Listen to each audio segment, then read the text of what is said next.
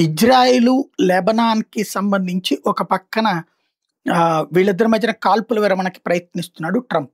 But ఇప్పుడు ట్రంప్‌కి ఒక నిజం వాళ్ళ దర్యాప్తు విభాగాలు చెప్తే షాక్ అవ్వాల్సిన పరిస్థితొచ్చింది.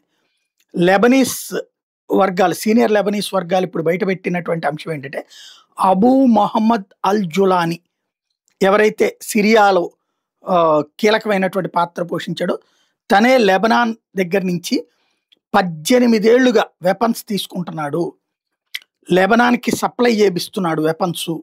ఇతనే ఎక్కడి నుంచి అనేది తెలియదు. టోటల్‌గా లెబనాన్ వాళ్ళ దగ్గర అంటే సిరియాకి ఇంతకుముందు అమెరికా, రష్యా గొడవల్లో సిరియాకి ఇచ్చిన ఆయుధాల్ని ఇప్పుడు సిరియా అధ్యక్షుడైనటువంటి వాడు ఆల్రెడీ ఐఎస్ఐఎస్ తీవ్రవాద నాయకుడు వాడు. వాడే ఈ ఆయుధాల్లో, ఈ విదేశాలు ఇచ్చిన ఆయుధాల్లో 3 వంతులు లెబనాన్‌కి అమ్మేశాడట. హెజ్బుల్లా వాళ్ళకి అమ్మేశాడట.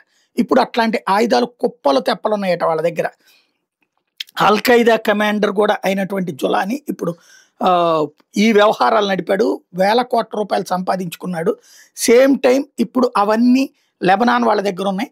మీరు ఒకసారి ఇజ్రాయెల్‌కి చెప్పండి, చాలా ప్రమాదకరమైనటువంటి పరిస్థితి ఇజ్రాయెల్ ఫేస్ చేస్తుంది అని ఇప్పుడు ట్రంప్‌కి నిఘా వర్గాలు చెప్తున్న లెక్క.